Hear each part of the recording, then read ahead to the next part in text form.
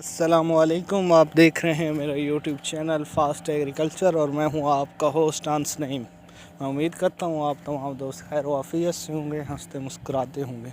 आज हम जिस टॉपिक के ऊपर बात करने जा रहे हैं वो ये है कि हमें भेड़ें पालनी चाहिए या बकरियां, नफ़ा किस में ज़्यादा है, कौन सा आसान है रखना, किनको आसान है और कितनी ज़िम्मेदारी है इस चीज़ के ऊपर।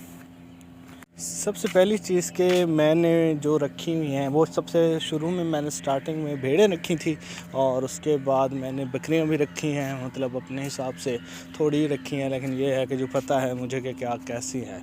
मेरा जो शौक़ है वो सबसे ज़्यादा मुझे शौक़ था भी भेड़ों का हमारे घर में। और ये जो वीडियो में आप देख रहे हैं ये भेड़ें थी मेरे पास और मुझे ज़्यादा शौक़ था। तो आइए इसके ऊपर बात करते हैं। मेरे नज़दीक मेरे पास भेड़ें माशाल्लाह अच्छी थीं।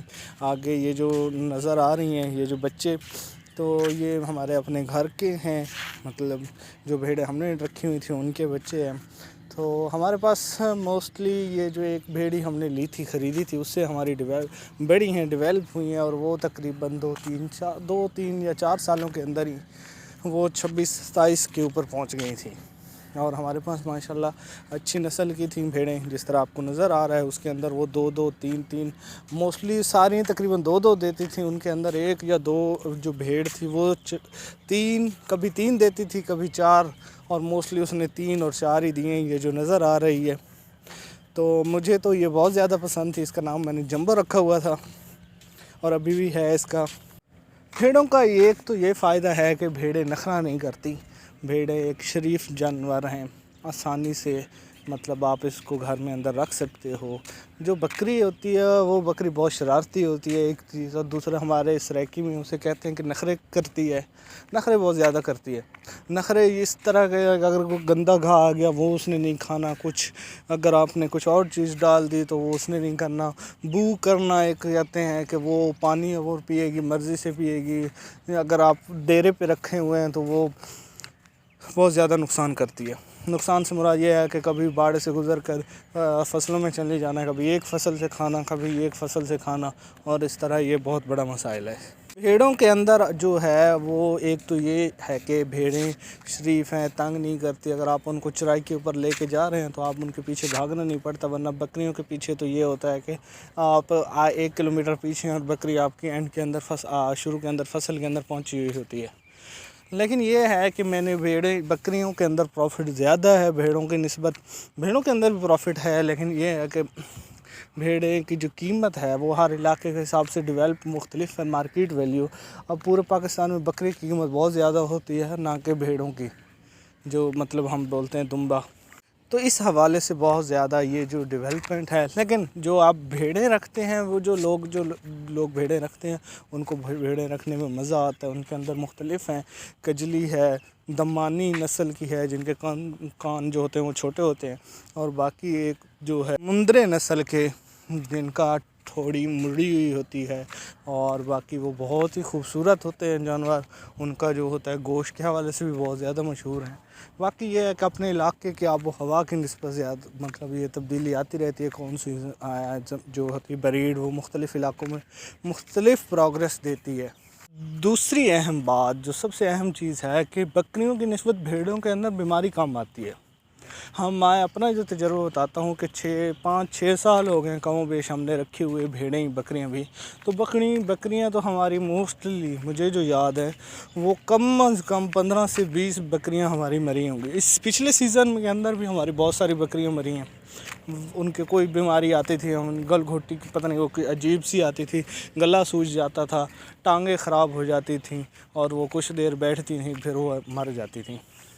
लेकिन इसकी बनिस्बत भेड़ों के अंदर अभी तक हमारे बड़ा जानवर कोई लॉस नहीं हुआ। मतलब जो बच्चे मरते रहते थे उसके अंदर कुछ मेरी गलतियां हैं, अपनी गलतियां तस्लीम करता हूं कि गलत बुखार नहीं होता था, थोड़ा होता था तो हैवी इंजेक्शन लगा दिया छोटे बच्चों को। बाकी एक दफ़ा ये हुआ कि उसको जो बच्चे थे उनको चराई के ऊपर ले गया हूँ तो वो गर्मी की वजह से मर गए। तो ये इशू हैं।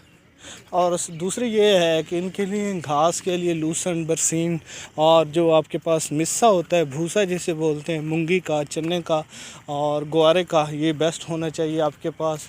اور سب سے جو اہم اور بات ہے کہ اگر آپ نے بکریاں اور بھیڑیں رکھنی ہیں تو اگر آپ 6 بکریاں لے رہے ہیں اور ایک، تو آپ 5 لیں، 5 بکریاں لیں لیکن ان کے ساتھ ایک میل ضرور لیں۔ اگر بھیڑیں آپ 2 رکھ رہے ہیں اور تیسرا آپ کے ساتھ ضرور رکھیں، یہ میرا یہ تجربہ ہے اور یہ بہت ہی ضروری چیز ہے۔ دوسری چیز یہ ہے اس کے اندر ایک ایڈ کر لیں کہ جب بھی رکھیں تو ان جانوروں کو باڑا بنا کے رکھیں کسی بھی طرح۔ ان کو مطلب جو ہم باندھتے ہیں نیچے سے پاؤں کے ذریعے اور یا گلے کے ذریعے، وہ باندھیں نہیں، ان کو چھڑا رکھیں کسی بھی باڑے کے اندر، وہ جو جالی نما کسی بھی طریقے سے بنا لیں۔ میں نے تو سمپل لکڑیوں کے ساتھ بنایا تھا جو شروع میں آپ کو نظر آ رہا ہے، تو اس وجہ سے میں سمجھتا ہوں کہ میرا پروفٹ ڈبل ہوا ہے۔ ایک تو یہ ہوتا تھا کہ میل ان کے اندر کھلا رہتا ہے، تو وہ جب بھی فیمیل ہیٹ پہ آتی ہے تو وہ فوراً ہی اس کو کراس کر لیتا ہے، ورنہ اگر وہ بندھا ہوا ہوتا ہے تو آپ کو پتہ نہیں چلتا، تو اگر ایک ہیٹ مس ہو گئی ہے تو وہ 8، 9 یا 15 دن کے بعد ہی ہیٹ آتی ہے۔ تو وہ اس طرح ایک جو ہوتا ہے سلسلہ ان کا وہ چلتا رہتا ہے اور اس سے بہت زیادہ پروفٹ ہوتا ہے۔ باقی یہ ہے کہ میں انشاءاللہ جب بھی مجھے موقع ملا میں ایک تفصیلی ویڈیو بناؤں گا کہ ہم نے بھیڑ کیسے لی ہمارے گھر، کیسے آئی اور اس سے ہمیں کیا کیا پروفٹ ہوا، اس کا انشاءاللہ تفصیلی ویڈیو بناؤں گا۔ لیکن یہ آپ کو جنرل سی ویڈیو بنائی ہے کہ بکریوں اور بھیڑوں کے اندر کیا فرق ہے۔ اس کے اندر آپ نے ویڈیو پیچھے دیکھی ہوگی کہ جہاں پہ میل بکرے نظر آ رہے ہیں وہ بھی ہمارے ڈیرے کے اوپر موجود ہیں، وہ ہمارے نہیں ہیں لیکن ہمارے جو کام کرتا ہے اس کے ہیں، تو وہ رکھتا ہے۔ پچھلے سال اس کو لاس ہوا تھا، ہر علاقے کے اندر موسٹلی جو بیوپاری کہہ لیں یا وپاری کہہ لیں ان کو لاس ہوا ہے موسٹلی، کچھ بچ گئے ہیں، لیکن پچھلا سال جو تھا وہ قربانی کا مندہ تھا۔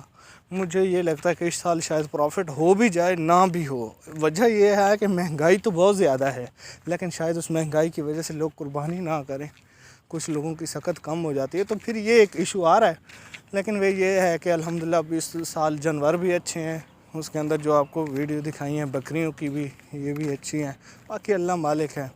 بہت شکریہ آپ تمام دوستوں کا، ویڈیو دیکھیں، لائک کریں، میرے یوٹیوب چینل کو سبسکرائب کریں اور مجھے کومنٹ سیکشن میں ضرور بتائیں کہ نیکسٹ ویڈیو کس طرح بناؤں، کس کے اوپر بناؤں۔ بہت شکریہ، اللہ حافظ۔